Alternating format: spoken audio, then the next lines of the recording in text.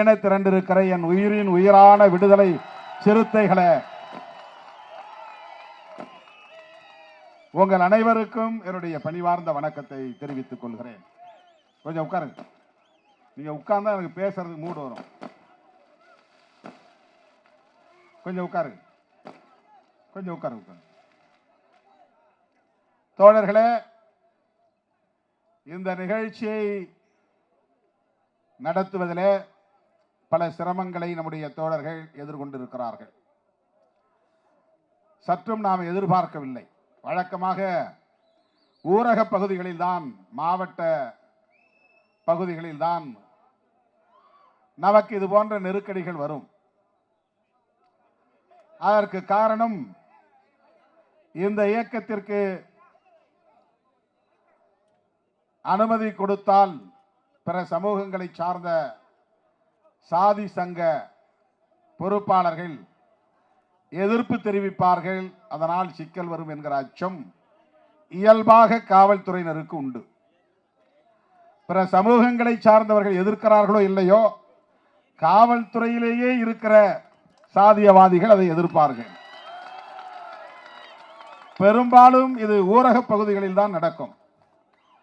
சென்னை போன்ற பெருநகரங்களில் அப்படி சாதி அடிப்படையிலான எந்த நெருக்கடியும் இதுவரை ஏற்பட்டதில்லை. அதிலும் கோயம்பேடு பகுதியில் பொதுமக்களுக்கு எந்த இடையூறும் கிடையாது. எந்த சமூகத்தை சார்ந்தவர்களின் குடியிருப்பும் இங்கே தனியே இல்லை அவர்கள் எதிர்ப்பு தெரிவிப்பதற்கு. இது நமக்கு புரியாத புதிராகத்தான் இருக்கிறது. நம்ம ராசி சரியில்லை என்று கருதுகிறேன், கிரகவாட்டம் சரியில்லை என்று கருதுகிறேன். எங்கு போனாலும், எந்த திசைக்கு போனாலும் நீ நெருக்கடிகளை சந்தித்துதான், எதிர்நீச்சல் போட்டுத்தான், நெருப்பாற்றில் நீந்தித்தான் சாதிக்க வேண்டும் என்று நமக்கு ஒரு விதி இருக்கிறது போலும். அப்படி சொன்னால்தான் அவர்களுக்கும் புரியும், நமக்கும் சற்று ஆறுதல் கிடைக்கும். நம்மை நாமே ஆற்றுப்படுத்திக் கொள்வதற்கு இது ஒரு நல்ல வழி. என்னப்பா செய்ய, நம்ம கிரகவாட்டம் சரியில்லை, இதை விட சிறந்த வழி எதுவுமே கிடையாது.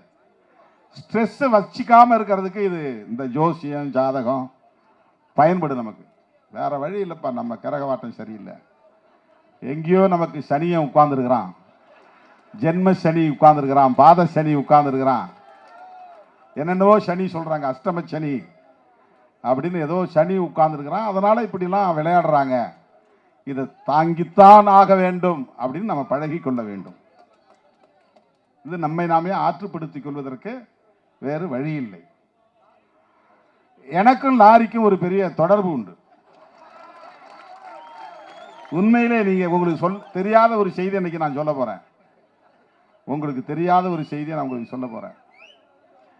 1979 நான் சென்னைக்கு வரும்போது பியூசி முடிச்சுட்டு, பியூசினா உங்களுக்கு தெரியாது, பிளஸ் 2 இப்ப 12வது சொல்றாங்க இல்லையா, அப்ப அது காலேஜில் பியூசின்னு வச்சிருந்தாங்க. காலேஜுக்கு போனா ப்ரீ யூனிவர்சிட்டி கோர்ஸ்.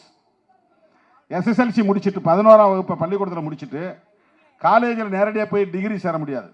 அதுக்கு முன்னாடி ஒரு வருஷம் ட்ரைனிங் மாதிரி ஒரு வருஷம் படிக்கணும். அதுக்கு பேர் ப்ரீ யூனிவர்சிட்டி கோர்ஸ். அதை முடிச்சுட்டு நான் சென்னைக்கு டிகிரி படிக்க வரும்போது, வந்தாலும் போனாலும் பஸ்ஸில் ஏற முடியாது, பஸ்ஸுக்கு கொடுக்க காசு கிடையாது.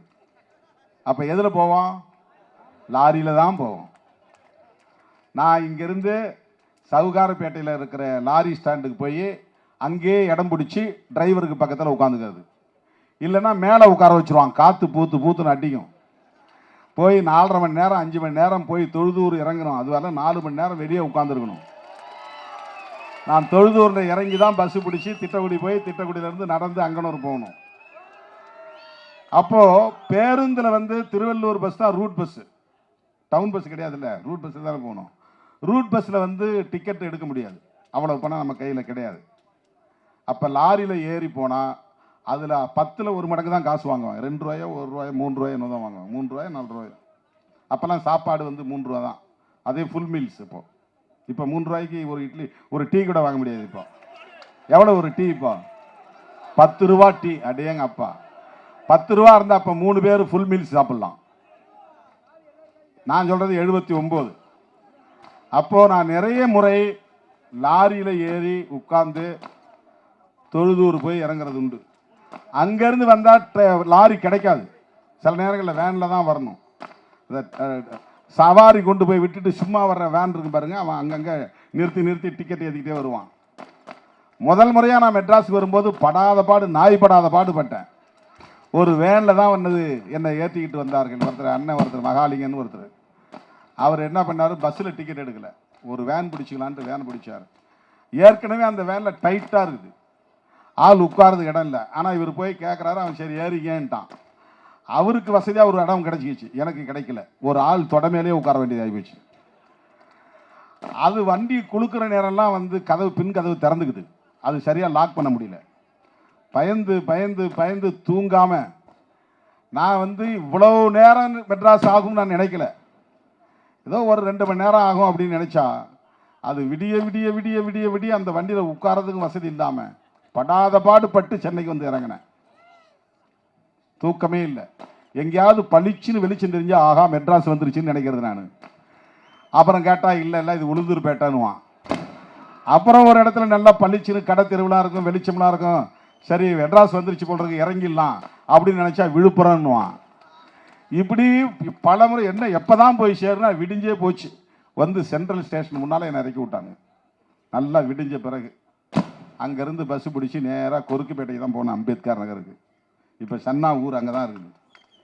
எனக்கு முதல்ல மெட்ராஸில் போய் ஒரு தெரிஞ்சவங்க வீட்டில் குளிச்சுட்டு அங்கேருந்து கிளம்பி பஸ்ஸு பிடிச்சி, டவுன் பஸ்ஸு பிடிச்சி நேராக காலேஜ், ஒவ்வொரு காலேஜாக போய் அப்ளிகேஷன் வாங்கி போட்டேன். இது 1979. அப்போ ஊருக்கு திரும்பணும்னா பஸ்ஸு பிடிச்சி போக முடியாது, லாரியில் தான் போவோம்.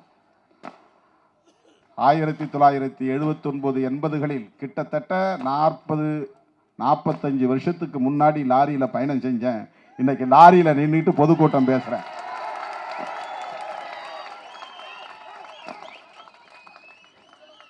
லாரியை நம்ம வந்து இழிவாக பார்க்க வேண்டாம். நமக்கு இந்த நிலையை கொடுத்தவங்க வேணால் சந்தோஷப்பட்டுக்கிட்டோம். நாங்கள் வந்து திருமாவளவனுக்கு பர்மிஷனே கொடுக்கல, மேடை போட நாங்கள் அனுமதிக்கவே இல்லை, போய் நீ வேணா கண்டெய்னரில் நின்றுக்கோ, லாரியில் நின்றுக்கோ, எப்படி வேணாலும் பேசிக்கோன்னு சொல்லிட்டேன்னு அவங்க இப்போ டீ குடிச்சிட்டு சந்தோஷமாக பேசிகிட்டு இருப்பாங்க. டீ இல்லை வேற ஏதாவது குடிச்சிட்டு இருப்பாங்க, அவங்க சந்தோஷமாக இருப்பாங்க.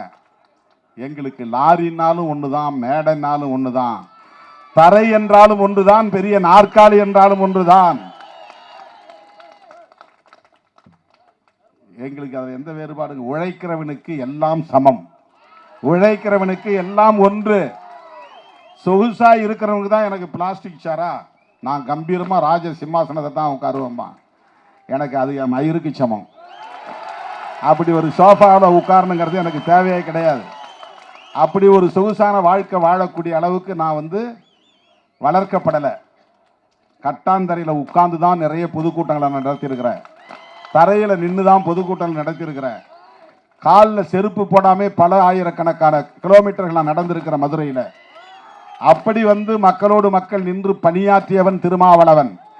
எனக்கு எல்லாம் ஒன்று என்று எண்ணுகிற போது எனக்கு பிளாஸ்டிக் சேரும் ஒன்றுதான், ராஜ சிம்மாசனமும் ஒன்றுதான். அதையும் நான் பொருட்படுத்த மாட்டேன், இதையும் நான் குறையாக கருத மாட்டேன். இங்க பெரிய மேடை போட்டு 60க்கு 40 அளவுக்கு அகலமான மேடை போட்டு பெரிய ராஜ சிம்மாசனத்தை வந்து உட்கார வைத்து என்னை அதில் அமர வைத்தால் கூட எனக்கு மகிழ்ச்சி வராது. நான் வந்தவொடனே அப்படி ஏதாவது வித்தியாசமாக ஒரு நாற்காலி இருந்தால் கூட தூக்கிடான்ருவேன். எல்லாருக்கும் நாற்காலி என்ன போட்டுருக்கோ அதே போடு. என்னுடைய 45 வருஷமாக இதுதான் நான் பண்ணிட்டு இருக்கேன், 40 வருஷமாக இதுதான் பண்ணிட்டு இருக்கேன். ஒரு சின்ன டிஃப்ரெண்டாக கூட ஒரு நாற்காலி இருந்தால் எனக்கு பிடிக்காது மேடையில், அது அவசியம் இல்லை. அப்படிப்பட்ட சொகுசு பேர் வழி அல்ல நாங்கள்.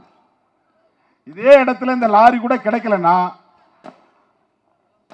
எதையாவது ஒரு கட்டையை தூக்கி போட்டு மேலே ஏறி நின்று பேசிட்டு போயிருப்பேன். அப்படி இல்லைன்னா நான் பிரச்சார வண்டி வச்சிருக்கிறேன், நம்ம ஆஃபீஸில் இருக்குது. ஆனால் என்னன்னா அண்ணன் ஒரு ஆளை தான் ஏற்ற முடியும், நானும் அவரும் நின்று இருப்போம். அந்த காசிமுத்து மாணிக்கம் நிற்கலாம், என் பக்கத்தில் 2 பேர் தான் நிற்க முடியும். மற்றவங்க எல்லாம் இறக்கி விட்டுட்டு நாங்கள் 2 பேரும் மேடையில் நின்று பேசிட்டு போயிருப்போம். மைக்க கொடுக்குன்னு. எத்தனை நெருக்கடிகளை தந்தாலும் அந்த நெருக்கடிகளை எதிர்கொள்ளக்கூடிய ஆற்றல் விடுதலை சிறுத்தைகளுக்கு உண்டு. நெருக்கடிகள் சூழ்ந்த போதும் கொள்கை நெறிப்படியே வாழ்தல் வீரம்.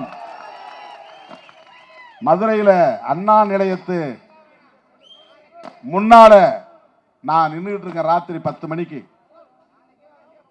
அப்ப எனக்கு ஒரு கவிதை எழுதணும்னு தோணுச்சு. ஏதோ ஒரு நிகழ்ச்சிக்கு அப்பெல்லாம் நான் என்ன பண்ணுவேன்னா, ஏதாவது ஒரு நிகழ்ச்சி நடத்தினா அதுக்கு ஒரு துண்டறிக்கை போடுவோம். அந்த துண்டறிக்கையே ஒரு கவிதை வடிவில் நான் எனக்கு தெரிந்த நடையில் எழுதுவேன். அப்போ ஒரு நிகழ்ச்சிக்காக நான் அப்படியே யோசிச்சுட்டே போகிறேன். இந்த மதுரைக்கு தெற்க இருக்கிற பூரா அருவாள் தான் வீரத்துக்கு அடையாளம் அப்படின்னு நினைக்கிறான். அதுக்கு பதில் சொல்கிற மாதிரி ஒரு கவிதை எழுதணும்னு எனக்கு தோணுச்சு. அப்போ நான் எழுதின கவிதை 2 வரி தான் எனக்கு ஞாபகம் இருக்கு. நெருக்கடிகள் சூழ்ந்த போதும் கொள்கை நெறிப்படியே வாழ்தல் வீரம். வீரம்னா என்னடா? உனக்கு நெருக்கடி வந்தா கூட கொள்கையிலிருந்து மாறாமல் அந்த நெருக்கடிகளை எல்லாம் தாங்கிக் கொள்வதுதான் வீரம். நெருப்பு அலைக்குள் வீழ்ந்த போதும் அடிமை நெறி மீறி பாய்தல் தீரம். வீரம்னா என்ன, தீரம்னா என்ன? 10 பேர் பதுங்கி இருந்து ஒருத்தனை போய் திடீர்னு அமுக்கி பிடிச்சி கழுத்த இருக்கிறதுக்கு பேர் வீரம் கிடையாது. நோஞ்சான வெட்டிட்டு நான் பெரிய மாவீரன் போட்டுக்கிறது வீரம் கிடையாது. 100 பேர் ஒன்னா சேர்ந்து போய் ஜனம் தூங்கிட்டு இருக்கும் போது திருட்டுத்தனமா குடிசையை கொளுத்திட்டு வர்றது, குச்சி கொளுத்துறது வீரம் கிடையாது. கருப்பங்காட்டுக்குள்ள பதுங்கி இருந்து கல்லெடுத்து அடிக்கிறது பேர் வீரம் கிடையாது. வீரம்னா என்ன நெருக்கடி தந்தாலும் எதிர்த்து நிற்பதுதான் வீரம். அதிலும் கொள்கையில் சமரசம் ஆகாமல் இருப்பேன். நீ மயக்கு மொழிகளால் எங்களை வீழ்த்த நினைத்தாலும், பதவி ஆசை காட்டி எங்களை வீழ்த்த நினைத்தாலும், அச்சுறுத்தி எங்களை வீழ்த்த நினைத்தாலும், ஏற்றுக்கொண்ட கொள்கையில் இருந்து ஒரு அடி கூட, ஒரு அங்குலம் கூட பின்வாங்க மாட்டோம். ஒரு அங்குலம் கூட பின்வாங்க மாட்டோம். இந்த 25 ஆண்டு கால தேர்தல் அரசியலிலும் இதை நிரூபித்து காட்டியவர்கள் விடுதலை சிறுத்தைகள். இதை உறுதிப்படுத்தி காட்டியிருப்பவர்கள் விடுதலை சிறுத்தைகள். தேர்தல் அரசியல்னா காம்ப்ரமைஸ் தான் அர்த்தம். தேர்தல் அரசியல்னா சமரசம். தேர்தல் அரசியல்னா கரப்ஷன் தான் அர்த்தம். தேர்தல் அரசியல்னா சந்தர்ப்பவாதத்திற்கு ஏற்ப நடந்து கொள்வதுதான் தேர்தல் அரசியல். ஆனால் அதிலும் புதுமையை படைப்பவர்கள் விடுதலை சிறுத்தைகள். இந்தியாவிலேயே வேறுபட்டு நிற்பவர்கள் விடுதலை சிறுத்தைகள். எந்த சூழலிலும் சாதியவாத சக்திகளோடும் மதவாத சக்திகளோடும் எவ்வளவு நெருக்கடி வந்தாலும், எவ்வளவு பின்னடைவை சந்திக்க நேர்ந்தாலும் அவர்களோடு தேர்தல் உறவை கூட வைத்துக் கொள்ள மாட்டோம். இதை டிக்ளேர் செய்யறது கூட ஒரு கட்ஸ் வேணும், அதுக்கு ஒரு தில்லு வேணும், அதுக்கு ஒரு கெத்து வேணும். அது விடுதலை சிறுத்தைகளுக்கு தான் இந்திய அரசியலில் உண்டு. நாங்க டிக்ளேர் பண்றோம், சாதியவாதிகளோடும் மதவாதிகளோடும் எந்த சூழலிலும் சமரசம் செய்து கொள்ள மாட்டோம். எவனோ வழியில போனவன் அண்ணன் வணக்கம் ஒரு சீட்டை கொடுத்தான், வாங்கி பார்த்தா அது மாநாட்டு. உடனே பத்திரிகையில செய்தி போடுறான், பௌர்ணமினா சித்திரை முழுநிலவு நிகழ்ச்சிக்கு திருமாவளவனுக்கு அழைப்பு. உடனே தினமலர்காரன் கொட்டை எழுத்து போடுறான். அது 2 பேரும் ஒன்னா ஆக்கிறதுக்கு திமுக தலைவர் முயற்சிக்கிறாரு, 2 பேரும் சமரசமாக போறாங்க. அதுக்கெல்லாம் வாய்ப்பே கிடையாது. அப்படி ஒரு நிலையில் விடுதலை சிறுத்தைகள் சமரசம் செய்து 10 இடங்களில் வெற்றி பெற்று என்ன செய்ய போறோம்? நாக்க வழிக்க போறோமா? என்ன செய்ய போகிறோம்? ஒண்ணுமே வேண்டான்னு நாங்க இருந்தாலும் இருப்போமே தவிர, பாஜகவோடு சமரசம் செய்து கொண்டு, சாதியவாத சக்திகளோடு சமரசம் செய்து கொண்டு 10 பேரை உள்ள அனுப்புறதுக்கு நான் கட்சியை நடத்த தேவையில்லை. அந்த அவசியம் எனக்கு கிடையாது. அப்படி ஒரு நிலைப்பாட்டை ஒருபோதும் திருமாவளவன் எடுக்க மாட்டான். கைகோர்த்து களமாட வேண்டும் என்று விரும்பினோம், கைகோர்த்தோம், களமாடினோம். ஆனால் தங்களுடைய அரசியல் ஆதாயத்திற்காக என்னை மட்டும் தனிமைப்படுத்தி, என்னை ஒட்டுமொத்த சமூகத்திற்கும், தலித் அல்லாத சமூகங்களுக்கும் எதிரி என்று காட்டி என் உயிருக்கே உலை வைக்கக்கூடிய அளவுக்கு போனவர்கள். அதையெல்லாம் மறந்துவிட முடியுமா? அப்படி என்ன பதவி சுகம்? அப்படி அவர்களோடு சமரசம் செய்து கொண்டு கூட்டணி வைக்க வேண்டும் என்று சொன்னால் அப்படிப்பட்ட ஒரு அரசியல் தேவையே இல்லை. ஒருபோதும் அந்த அரசியலை செய்ய மாட்டோம். திருமாவளவனை புரிந்து கொள்ள இன்னும் சில காலம் தேவைப்படும். விடுதலை சிறுத்தைகளை புரிந்து கொள்ள இன்னும் உங்களுக்கு பக்குவம் தேவைப்படும். சராசரி அரசியல்வாதிகளைப் போல சமரசம் செய்து கொள்ளுகிற சராசரி அரசியல்வாதிகளைப் போல எங்களை நீங்கள் எடை போட்டு பார்க்கிறீர்கள். அது ஒருபோதும் நடக்காது. நாங்கள் எந்த சமூகத்திற்கும் பகை அல்ல. சில கட்சிகள், சில அமைப்புகள். இந்து சமூகத்திற்கு நாங்கள் எதிரிகள் இல்லை. இந்து சமூகத்தை பயன்படுத்தி அரசியல் ஆதாயம் தேடுகிற பாஜக, RSS நாங்கள் எதிர்க்கிறோம், விமர்சிக்கிறோம், அம்பலப்படுத்துகிறோம். பாஜகவை எதிர்ப்பதால் நாங்கள் இந்துக்களை எதிர்ப்பதாகாது. RSS நாங்கள் விமர்சிப்பதால் ஒட்டுமொத்த இந்துக்களையும் நாங்கள் விமர்சிப்பதாக பொருளாகாது. பாமகவை எதிர்ப்பதால் நாங்கள் வன்னியர் சமூகத்தை எதிர்ப்பதாகாது. எங்களுக்கும் இந்த சமூகத்திற்கும் எந்த பிரச்சனையும் கிடையாது.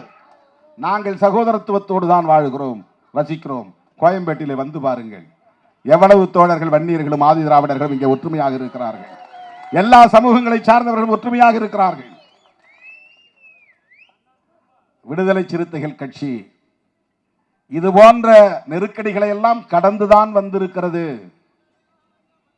காவல்துறையில் இருப்பவர்களும் சரி, அரசியல் களத்திலே இருப்பவர்களும் சரி, ஒருவேளை மறந்து போயிருந்தால் நாங்கள் நினைவூட்டுகிறோம். எத்தனையோ அடக்குமுறைகளை தாண்டி வந்திருக்கிறோம். அதையெல்லாம் விவரிக்க முடியாது, ஒரு நிகழ்விலே சொல்லிவிட முடியாது.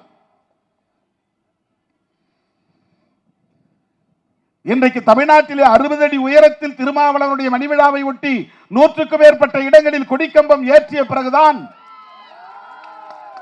நீதிமன்றத்தின் மூலமாக தீர்ப்பு தருகிறார்கள், எல்லா கொடிக்கம்பங்களையும் அகற்றுங்கள் என்று. பாருங்க, சென்னை முழுவதும் திரும்புகிற திசையெல்லாம் விடுதலை சிறுத்தைகளின் விளம்பரம் இருந்தது. ஒட்டுமொத்தமாக சென்னையிலேயே விளம்பரம் எழுதக்கூடாது என்று ஆணை போட்டார்கள். கார்ப்பரேஷன், மாநகராட்சியே போய் எல்லா விளம்பரங்களையும் அழித்தார்கள். ஏன்னா விடுதலை சிறுத்தைகள் விளம்பரம் எழுதுகிறார்கள். விளம்பரங்களை அழித்தீர்கள், வீழ்ந்து போனோமா? கொடிக்கம்பங்களை வெட்டி சாய்த்தீர்கள், சாய்ந்து போனோமா? மாவட்டத்திற்குள்ளே நுழையக்கூடாது என்று தடுத்தீர்கள், நாடாளுமன்றத்திற்குள்ளே நுழைந்து விட்டோமே. கடலூர் மாவட்டத்திற்குள்ளே நுழையக்கூடாது என்று தடை விதித்தீர்கள். எந்த திருமாவளவனை கடலூர் மாவட்டத்திற்குள் நுழையக்கூடாது என்று தடுத்தீர்களோ அந்த திருமாவளவன் இன்றைக்கு கடலூர் மாவட்டத்து மக்களால் தேர்ந்தெடுக்கப்பட்டு நாடாளுமன்றத்திற்குள்ளே ஒரு முறைக்கு 3 முறை நுழைந்திருக்கிறான். நுழையக்கூடாது என்றால் நுழைவோம், நடக்கக்கூடாது என்றால் நடப்போம், பேசக்கூடாது என்றால் பேசுவோம், கூட்டம் போடக்கூடாது என்றால் மாநாடே போடுவோம். இதெல்லாம் நான் வெறும் சவடால் விடல, வெற்றி சவடால் விடல, மேடைக்கு பேசல. இதெல்லாம் கடந்த காலங்களில் செய்து முடித்து விட்டு பேசுகிறேன், நடத்தி காட்டிவிட்டு பேசுகிறோம், சாதித்து காட்டிவிட்டு பேசுகிறோம். எனவே எனது அன்பு தோழர்களே, இதையெல்லாம் நீங்க ஒரு பெரிய காயமா எடுத்துக்காதீங்க. தொடச்சு விட்டு போங்க, சட்டையில பட்ட தூசி மாதிரி இப்படி தொடச்சு விட்டு போங்க. நாங்க கஷ்டப்பட்டோம், நாங்க அதை பண்ணோம், இதை பண்ணோம், எங்களை மேடை போட விடல, எங்களை டென்ஷன் ஆக்கிட்டாங்க, எனக்கு ஒரே ஸ்ட்ரெஸ், அதெல்லாம் தூக்கி போட்டு போய் ஜாலியா படுத்து தூங்குங்க. இதெல்லாம் நினைச்சிக்கிட்டே இருக்கக்கூடாது. இதை நீ கஷ்டம் நினைச்சா அவங்க இதையே திருப்பி திருப்பி உங்களுக்கு செஞ்சுட்டு இருப்பாங்க. இதையெல்லாம் சாதாரணமா அப்படி இடது கையால தள்ளி விட்டு போற ஆட்கள் இவங்க அப்படின்னு அவங்க நினைக்கணும். இது ஒரு பெரிய விஷயமே கிடையாது, இது ஒரு பெரிய விஷயமே கிடையாது. அவர்கள் இதற்கு என்னதான் விளக்கம் சொன்னாலும் இது நமக்கு எதிரான ஒரு நடவடிக்கை தான், நெருக்கடி தான். நெருக்கடி என்பது நமக்கு திருநெல்வேலி அல்வா போன்றது, அவ்வளவுதான். திருநெல்வேலி அல்வா பிடிக்குமா பிடிக்காதா? சென்னையில் இருக்குங்களா ஸ்ரீ மிட்டாய் தான் ரொம்ப பிடிக்கும். உலகத்துக்கு எங்க போனாலும் திருநெல்வேலி அல்வாக்கு இணையா ஒரு அல்வாவை நீங்க வாங்க முடியாது, அந்த டேஸ்டே தனிதான். அந்த மாதிரி காவல்துறை நெருக்கடி தருகிற போதெல்லாம் எங்களுக்கு திருநெல்வேலி அல்வா மாதிரி, அதை நாங்கள் ஒரு பொருட்டாக எடுத்துக்கொள்வதே இல்லை. எனது அருமை தோழர்களே, வணிகணியை சார்ந்த தோழர்களே, என் உயிரின் உயிரான விடுதலை சிறுத்தைகளே, இது போன்ற நெருக்கடிகளை ஒரு பொருட்டாக எடுத்துக்கொள்ள வேண்டாம். இதற்கு யார் காரணம், எது காரணம், ஏன் செஞ்சாங்க, எதுக்கு செஞ்சாங்க, இந்த டிஸ்கஷனே வேண்டாம். சோஷியல் மீடியாவில் ஏதாவது எழுதுறது அதெல்லாம் கூடவே கூடாது. அதை கடந்துட்டு போயிட்டே இருக்கணும். இந்த வேலை முடிஞ்சுதான், இன்னைக்கு முடிஞ்சுது. அடுத்து நாளைக்கு என்ன வேலை? 6ஆம் தேதி சிதம்பரத்துக்கு வாங்க எல்லாம். அங்க தேர்தல் அங்கீகார வெற்றி விழா. அப்புறம் 8ஆம் தேதியிலிருந்து நான் சுற்றுப்பயணம் போறேன். எதுக்கு? 31ஆம் தேதி தமிழ்நாட்டை அல்ல ஒட்டுமொத்த இந்தியாவின் கவனத்தை ஈர்க்கக்கூடிய வகையில் மாபெரும் பேரணியை, மக்கள் எழுச்சி பேரணியை நாம் நடத்த இருக்கிறோம். எப்படி சிஏஏ சட்டம் வந்தபோது தேசம் காப்போம் பேரணியை நடத்தினோமோ அதை போல மதசார்பின்மை காப்போம் மாபெரும் மக்கள் எழுச்சி பேரணி. எப்போ? மே 31 திருச்சிராப்பள்ளியில. அதுக்கான ஏற்பாடுகள் இப்பயே செய்யணும். எல்லோரும் நீலச்சட்டை அணிந்து வர வேண்டும். இப்பவே டைலரை பார்த்து அளவு கொடுத்துருங்க. நல்லா ஃபுல் ஹேண்ட், யாரும் ஆஃப் ஹேண்ட் போட்டு வரக்கூடாது, ஃபுல் ஹேண்ட் போட்டு வரணும். முடிஞ்சா சிவப்பு டை கட்டிட்டு வந்துருங்க. டை கட்டுறவங்க டை கட்டுங்க. வாய்ப்பு இருக்கிறவங்க அம்பேத்கர் மாதிரி கோட் சூட்டோட வாங்க.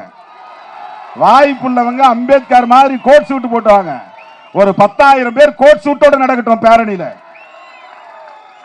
ப்ளூ பேண்ட், ப்ளூ கோட்டு, உள்ள வெள்ளை சட்டை, சிவப்பு டை. பார்த்தா அம்பேத்கர் மாதிரி இருக்கணும். அதுக்காக எல்லாம் மீசி எடுத்துட்டு வந்துடாதீங்க. அண்ணா அம்பேத்கர் மாதிரி இருக்கணும்னு சொன்னாருன்ட்டு. அது அம்பேத்கர் ஸ்டைல். நம்ம ஸ்டைல் இப்படிதான். நம்ம ஸ்டைல் இப்படிதான். நம்ம அம்பேத்கருடைய மாணவர்கள் தான், ஆனால் நம்முடைய ஸ்டைல் வேற. எனவே 31ஆம் தேதிக்கு தயாராக வேண்டும். 8ஆம் தேதி சென்னையில, சென்னை, காஞ்சிபுரம், செங்கல்பட்டு, திருவள்ளூர் 4 மாவட்டத்துக்கான மண்டல செயற்குழு கூட்டம். 9ஆம் தேதி இல்ல, மாத்திட்டோம். அதுக்கு தான் இப்ப சொல்றேன். மாத்தியாச்சு. ஏற்கனவே சொன்னது தப்பு, அதுல திருத்தம். 8ஆம் தேதி சென்னை, 4 மாவட்டங்கள் மட்டும். 9ஆம் தேதி ஒண்ணுமில்லை. 10ஆம் தேதி வேலூர், ராணிப்பேட்டை, திருப்பத்தூர், திருவண்ணாமலை 4 மாவட்டம். 10ஆம் தேதி மாலை. அது 11ஆம் தேதி இல்ல, 12ஆம் தேதி இல்ல. 13ஆம் தேதி காலையில மதுரை, மாலையில திருச்சி. 14ஆம் தேதி காலையில சேலம், மாலையில கோவை. திருச்சி தான் அந்த மாவட்டம் வந்துருது, பெரம்பலூர்லாம். திருச்சியில, மதுரையில தென் மாவட்டங்கள் முழுக்க, திருச்சியில டெல்டா மாவட்டம் எல்லாம், தஞ்சாவூர், திருவாரூர், மயிலாடுதுறை, நாகப்பட்டினம், புதுக்கோட்டை, கரூர், அரியலூர், பெரம்பலூர், திருச்சி எல்லாம் ஒரு 7-8 மாவட்டங்கள் ஒன்னா. அது வந்து 13ஆம் தேதி மாலை. 13ஆம் தேதி காலை தென் மாவட்டம் 10-12 மாவட்டம். 14ஆம் தேதி காலையில சேலம், மாலையில கோவை. 15ஆம் தேதி விழுப்புரம். விழுப்புரம், கடலூர், கள்ளக்குறிச்சி, புதுச்சேரி. இப்ப தோழர்கள் எல்லாம் கேட்டுக்கிட்டு இருப்பாங்கன்னு நினைக்கிறேன் லைவ்ல. இதுதான் ஆல்டர்ட், திருத்தம் செய்யப்பட்டது. இது மண்டல செயற்குழு கூட்டம். 31ஆம் தேதி மிக முக்கியமான, வரலாற்று முக்கியத்துவம் வாய்ந்த ஒரு மாபெரும் மக்கள் எழுச்சி பேரணி. வக்ஃபு திருத்த சட்டத்தை திரும்ப பெற வேண்டும் என்கிற கோரிக்கை உட்பட புரட்சியாளர் அம்பேத்கர் அவர்களால் அரசமைப்பு சட்டத்தின் உயிர் மூச்சு கோட்பாடாக வழங்கப்பெற்ற செக்யூலரிசம் என்கிற மதசார்பின்மையை பாதுகாப்பதற்கான பேரணி. வக்ஃபு திருத்த சட்டம் முஸ்லிம்களுக்கு எதிரானது என்று பிஜேபி அரசு சொன்னாலும் கூட உண்மையிலேயே அது அரசமைப்பு சட்டத்திற்கு எதிரானது. அதனால் சேவ் செக்யூலரிசம் இதான் ஹேஷ்டாக். நீ போடுற எல்லா பதிவுகளும் கீழே ஒரு 4 கோடு இருக்கும் பாருங்க, இப்படி 2 கோடு, இப்படி 2 கோடு. அது பேர் என்ன? ஹேஷ்டாக். அதுல நீ இங்கிலீஷ்ல சேவ் செக்யூலரிசம் போடணும். சேவ் செக்யூலரிசம் அப்படின்னா மதசார்பின்மையை பாதுகாப்போம். மத அடிப்படையில் மக்களை பிளவுபடுத்தாதே. இஸ்லாமியர்களுக்கு, கிறிஸ்தவர்களுக்கு எதிரான வெறுப்பு அரசியலை விதைக்காதே. மதத்தின் பெயரால் வன்முறைகளை தூண்டாதே. மதத்தின் பெயரால் இந்திய ஒருமைப்பாட்டை சிதைக்காதே. மதத்தின் பெயரால் அரசமைப்பு சட்டத்தை சிதைக்காதே. இதுதான் கோரிக்கை. எனவே 31ஆம் தேதிக்கு நாம் ரெடி ஆகணும். இப்ப நாளைக்கு காலையில் எழுந்துச்சு நீங்க எல்லாம் டைலரை போய் பார்க்கணும். எல்லாம் பேண்ட் சட்டைக்கு அளவு கொடுக்கணும். புது சட்டை பழைய சட்டை கிழிஞ்ச சட்டை போட்டு வரக்கூடாது. அது மாதிரி சட்டையை அயன் பண்ணாம போடக்கூடாது, அயன் பண்ணி போட்டு வரணும். வர்ற ஒவ்வொருத்தரும் அது வெறும் சட்டை போட்டு வந்தா கூட நல்லா கஞ்சி போட்டு அயன் பண்ணி அழகா போட்டு வரணும். கசங்கின நீல சட்டை போடக்கூடாது. லேடிஸுக்கு ஏற்கனவே யூனிஃபார்ம் கொடுத்தாச்சு, அதே யூனிஃபார்மை நீங்க தச்சிக்க வேண்டியதான். அதே யூனிஃபார்ம் சீருடை. தோழர்களே, 31ஆம் தேதி நாம் நடத்துவது இந்த நாட்டையும் மக்களையும் பாதுகாப்பதற்காக, தேர்தல் பேரம் பேசுவதற்காக அல்ல, கூட்டணியை தீர்மானிப்பதற்காக அல்ல, நம்முடைய சக்தியை காட்டி இத்தனை சீட்டுகள் வேண்டும் என்று கேட்டு பெறுவதற்காக அல்ல. அதை ஒருபோதும் விடுதலை சிறுத்தைகள் செய்ய மாட்டோம். எங்கள் வலிமை எங்களுக்கு தெரியும், எங்கள் உயரம் எங்களுக்கு தெரியும், எங்களுக்கு எது தேவை என்பதும் எங்களுக்கு தெரியும். அப்படியே பிராக்டிக்கலாகவும் எதை எங்களால் சாதிக்க முடியும் என்பதும் எங்களுக்கு தெரியும். எங்களுக்கு ஆசை எதுவும் இருக்கலாம், நடைமுறை சாத்தியக்கூறுகளை தாண்டி வெறும் கையால் முழம் போட மாட்டோம். வெறும் கையால் முழம் போட மாட்டோம். முழம் போடணும்னா ஒரு துணி வச்சிருந்தா தானே முழம் போட முடியும். இப்ப வெறும் கையால் முழம் போட்டு அளக்க முடியுமா? விடுதலை சிறுத்தைகள் பிராக்டிக்கல் ஆக்டிவிஸ்ட், நடைமுறை சாத்தியங்களை அடிப்படையாக வைத்து இயங்கக்கூடிய போராளிகள். நடிகர்களை பற்றிலாம் சொன்னாங்க. நான் ஏற்கனவே பலமுறை சொல்லியிருக்கிறேன். 25 வருஷத்துக்கு முன்னாடியே எத்தனை நடிகர்கள் வந்தாலும், எத்தனை இயக்குனர்கள் வந்தாலும், எத்தனை கதாநாயகிகள் வந்தாலும், எத்தனை தலைவர்கள் வந்தாலும் சிறுத்தைகளின் களம் முற்றிலும் வேறானது, முற்றிலும் வேறானது. இந்த களத்திற்குள் அவர்களால் ஒரு மணி நேரம் தாக்குப்பிடித்து நிற்க முடியாது. கரும்பு வெற்றவன் கரும்பு வெற்ற திறன் உள்ளவனா இருப்பான். கரும்பு கழிக்கிற பெண்கள் அந்த திறமை உள்ளவங்களா இருப்பாங்க. அதை கட்டி போட்டு தலையில சுமந்துக்கிட்டு வர்றது அந்த வேலையும் சிலரால் செஞ்சிட முடியும். ஆனா அந்த கருப்பம்பாலை கொண்டு வந்து அந்த உலையில கொப்பையில கொட்டி அந்த இடத்த நின்று அந்த கந்தை தூக்கி தூக்கி போட்டு சக்கையை தூக்கி தூக்கி போட்டு வேக வச்சு அந்த பால் சுன்ற வரையில் அங்கே நின்று வேலை செய்யறான் பாருங்க. அது எல்லாராலையும் முடியாது. அது பதத்துக்கு வரும்போது கொஞ்சம் சுண்ணாம்பு போட்டு அப்படியே லேசா இளமஞ்சள் வரும்போது அந்த அனலையெல்லாம் நிறுத்தி அதை எடுத்து தொட்டில ஊத்துவான். அந்த பணியை ஒருத்தர் 2 பேரால தான் செய்ய முடியும். அதுபோல விடுதலை சிறுத்தைகள் மட்டும்தான் அந்த களத்திலே நிற்க முடியும். அதுபோன்ற உழைக்களத்தில் நிற்கிற வேலை விடுதலை சிறுத்தைகளின் வேலை.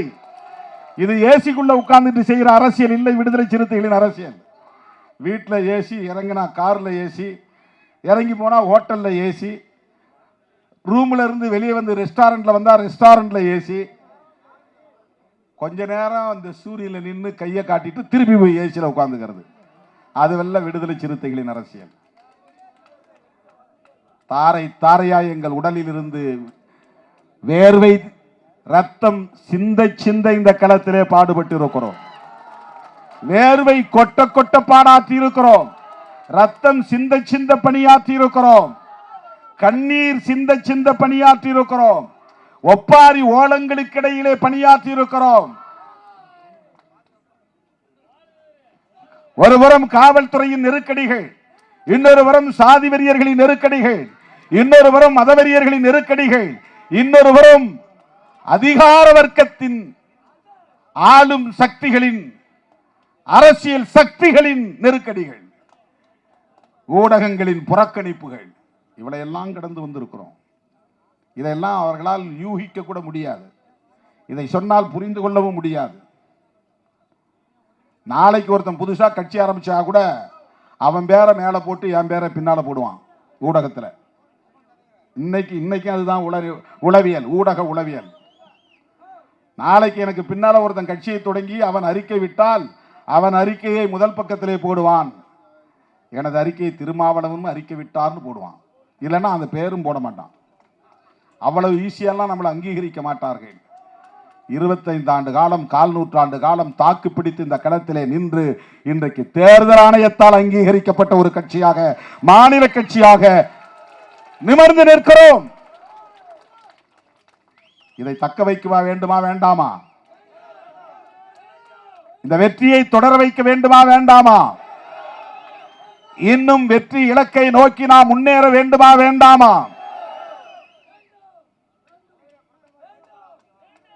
எனது அருமை தோழர்களே, இதையெல்லாம் சாதிக்க வேண்டுமானால் நமக்கு ஒரே ஒரு தேவைதான் இருக்கிறது. பெட்டி பெட்டியாய் பணம் தேவை என்று சொல்ல மாட்டேன். பெட்டி பெட்டியாய் பணம் தேவை என்று சொல்ல மாட்டேன். ஒரே ஒரு தேவைதான், சகிப்புத்தன்மை என்கிற தேவைதான். அவமானங்களையும் அவமதிப்புகளையும் இழிவுகளையும் தாங்கிக் கொள்ளுகிற சகிப்புத்தன்மை மட்டும்தான் நமக்கு தேவை.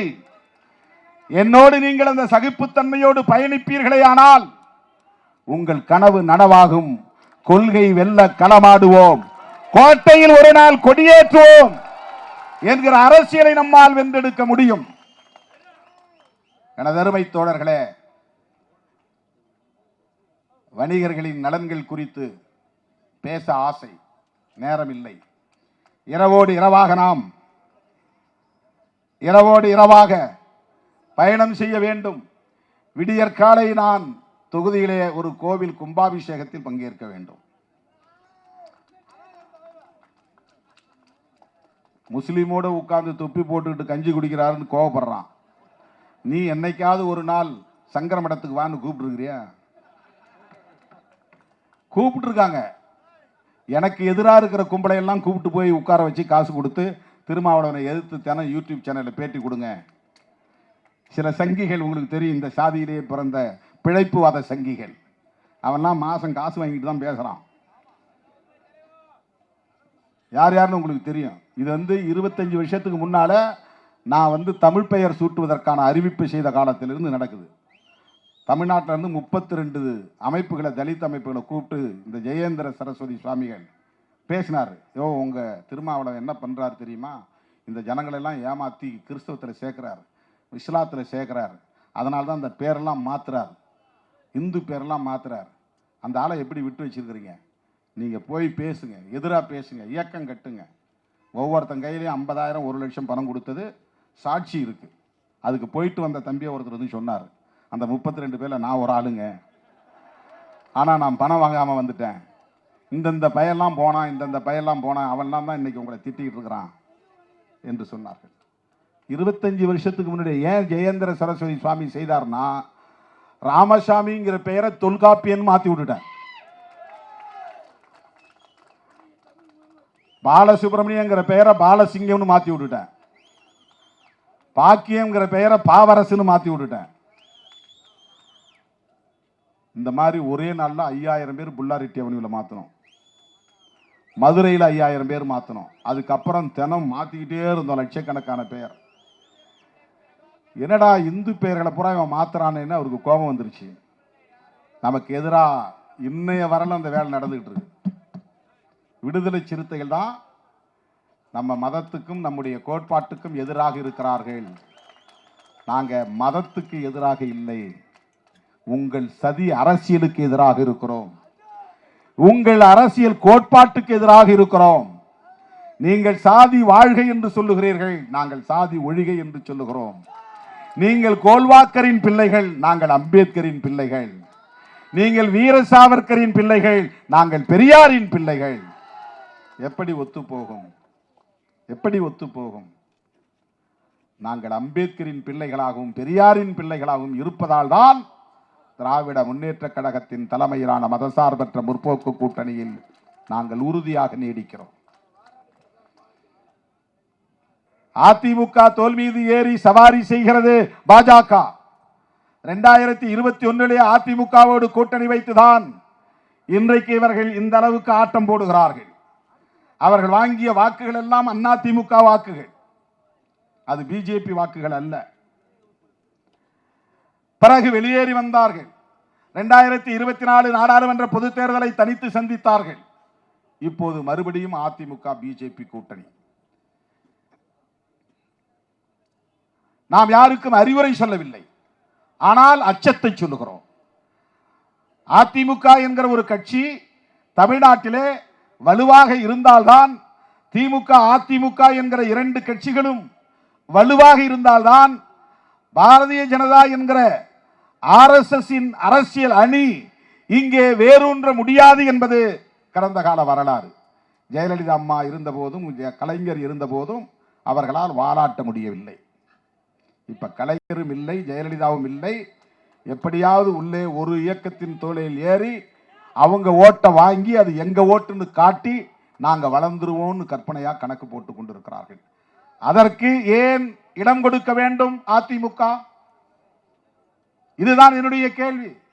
நீங்கள் ஜெயலலிதா அம்மையார் இல்லாமலேயே 65, 66 இடங்களில் வெற்றி பெற்றீர்களே. அதிமுக வலிமையோடு தானே இருக்கிறது. அதிமுகவினுடைய வாக்காளர்கள் யாரும் சிதறவில்லையே. ஜெயலலிதா அம்மையார் இல்லை என்பதனால் அவர்கள் யாருக்காவது மாற்றி போட்டார்களா? அப்படி நம்பிக்கையோடு இரட்டை இலை சின்னத்திற்கு அவர்கள் வாக்களிக்கிற போது அந்த வாக்குகளை எல்லாம் நீங்கள் அள்ளிக்கொள்ளுங்கள், உங்களுக்கு தருகிறோம் என்று நீங்கள் ஏன் பிஜேபிக்கு சிவப்பு கம்பளம் இருக்கிறீர்கள்? அது வளர்ந்தால் யாருக்கு ஆபத்து? எந்த கொள்கைக்கு ஆபத்து? எந்த கோட்பாட்டுக்கு ஆபத்து? இதையெல்லாம் எண்ணி பார்க்க வேண்டாமா?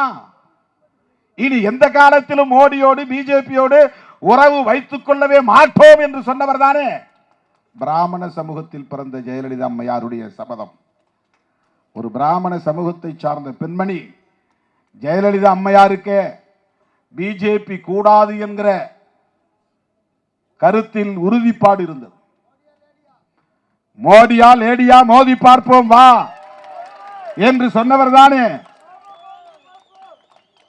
அவருடைய வழித்தோன்றல்களாக இருக்கிற நீங்கள் எப்படி மனசாட்சியை விற்றுவிட்டு பிஜேபியை தோளில் சுமக்க தயாராகிவிட்டீர்கள்?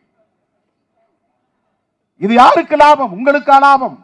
அவர்களால் உங்களுக்கு ஒரு தொகுதியில் இருந்து ஒரு 1000 ஓட்டு வருமா? விரல் விட்டு சொல்ல முடியுமா? ஆதாரம் காட்ட முடியுமா? இரட்டை இலை சின்னத்திலே நிற்கக்கூடிய அதிமுக தொண்டனுக்கு பாரதிய ஜனதாவால் ஒரு சட்டமன்ற தொகுதியிலே எத்தனை வாக்குகள் வரும் என்று உங்களால் உறுதிப்படுத்த முடியுமா? ஆனால் பிஜேபி காரன் இருக்கிற தொகுதியில் அவன் வாங்க போகிற அத்தனை ஓட்டுகளும் இரட்டை இலைக்கு சொந்தமான ஓட்டுகள்.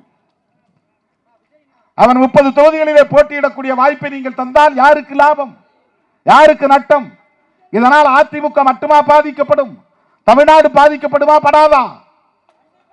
தமிழ்நாட்டிலே ஒரு நச்சு அரசியல் பரவுமா பரவாதா? மத வெறியாட்டம் தலை தூக்குமா தூக்காதா? எண்ணி பாருங்கள். ஜெயலலிதா அம்மையார் இதையெல்லாம் அறியாமலா அப்படி பேசியிருப்பார்? வெறும் தேர்தல் அரசியல் அடிப்படையிலா அப்படி கருத்து சொல்லி இருப்பார்? தயவு கூர்ந்து எண்ணி பார்க்க வேண்டும். அந்த கவலையிலிருந்து தான் நான் சொல்லுகிறேன். எனக்கு எடப்பாடி பழனிசாமி அவர்களுக்கு அறிவுரை சொல்லக்கூடிய அளவுக்கு வயது தகுதி எனக்கு இல்லை. அரசியல் தகுதியும் எனக்கு நீண்ட நெடிய அனுபவம் இருப்பதாக நான் நம்பவில்லை.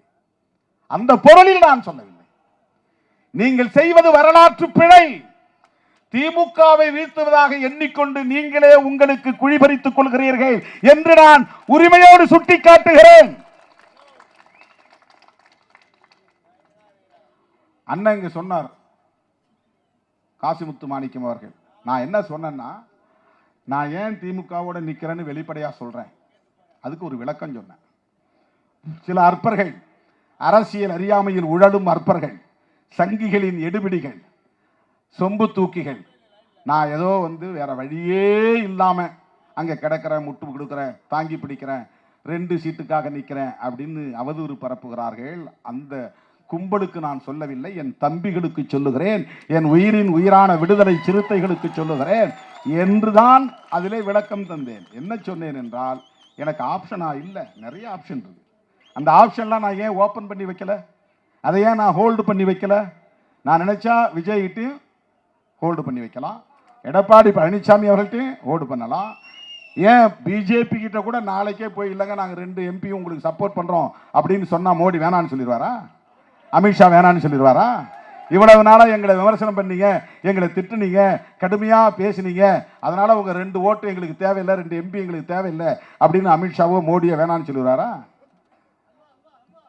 மிக உயர்ந்த ஒரு அதிகாரியை அழைத்து என்னை பேசினார். இன்னைக்கு சொல்றேன், அகில இந்திய அளவில் டெல்லியில் மிக உயர்ந்த அதிகாரியை அழைத்து பேசினார். நான் கையெடுத்து கும்பிட்டு, ஐயா எங்களுக்கு எங்கள் ஏற்றுக்கிட்ட கொள்கைக்கு அதுக்கும் உடன்பாடு இல்லை, மன்னிச்சிருங்க. இல்லை உங்கள் ஜனங்களுக்கு ஏதாவது நீங்கள் பண்ணலாம் இல்லையா, பிரதமரை வந்து சந்திக்கலாம் இல்லையா, நிறைய ஸ்கீம் வாங்கி கொடுக்கலாம், எஸ்சி மக்களுக்குன்னு நிறைய ஸ்கீம் இருக்கு, அதையெல்லாம் செய்ய சொல்லுவோம். உங்களுடைய அன்புக்கு நன்றிங்கய்யா, நான் வரங்கய்யான்னு சொல்லிட்டு வந்துட்டேன். இது 100 விழுக்காடு நடந்தது, 100 விழுக்காடு சத்தியம். இது நடந்தது. கொஞ்சம் நான் மனம் மாறினா என் வாழ்க்கையே வேற தானே, இந்த கட்சியின் நிலையே வேறு தானே. இப்ப இந்த இடத்துல நீங்க அனுமதி கொடுக்காம உங்களால் தடுத்திருக்க முடியுமா? இங்க வராதுன்னு உங்களால் சொல்லியிருக்க முடியுமா? கடைசி நிமிஷம் லாரியில போட்டு கூட்டம் போட்டுக்குன்னு உங்களால் சொல்ல முடியுமா? தட தட தட தடன்னு ஓடி வந்து ஐயா வாங்க வாங்க வாங்க வாங்க, எங்க வேணாலும் கூட்டம் போட்டுங்க, எப்படி வேணாலும் மேடை போட்டுங்க, அப்படித்தானே உங்களால சொல்ல முடியும்? கையில பவர் இருந்தா. இப்ப இதெல்லாம் தெரியாமல நாங்க இருக்கிறோம். இதெல்லாம் தெரிஞ்சும் இந்த கதவை, எங்க வீட்டு கதவை சாத்துறோம், உங்க வீட்டு கதவை இல்லை. இந்த கதவை சாத்துறேன்னா என் வீட்டு பக்கம் யாரும் நுழைஞ்சிடாதீங்கன்னு சாத்துறேன். இந்த பக்கம் கதவை சாத்துறேன், இவன் எவனும் இந்த பக்கம் நுழைஞ்சிடக்கூடாதுன்னு கதவை சாத்துறேன். இந்த பக்கம் இருக்கிற கதவை சாத்துறேன். ஒரு கதவை மட்டும் திறந்து வச்சிருக்கிறேன், பின்பக்க கதவு எதுவுமே திறந்து வைக்கல. நாங்கள் மதசார்பற்ற முற்போக்கு கூட்டணி, இதுல நான் உறுதியாக இருக்கிறோம். அந்த கூட்டணியை உருவாக்கியதில் திருமாவளவனுக்கும் பங்கு உண்டு.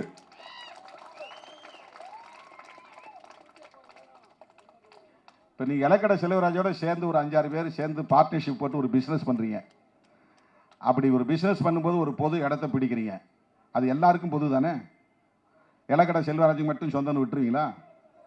அவர் மட்டும் போய் கடையில் படுத்துக்கிட்டோம், அவர் மட்டும் கடையில் வியாபாரம் பண்ணிட்டு விட்டுருவீங்களா? அடுத்த நாளே பிடிச்சி நொக்கு நொக்கு நொக்கி அவரை, யோ என்னையா நாங்களும் இவ்வளோ போட்டிருக்கோம், நீங்களும் இவ்வளோ போட்டுறீங்க அப்படின்னா, இது இயல்பு தானே, ஹியூமன் நேச்சர் தானே, மனித இயல்பு தான். அரசியலில் கூட்டணியும் அப்படித்தான்.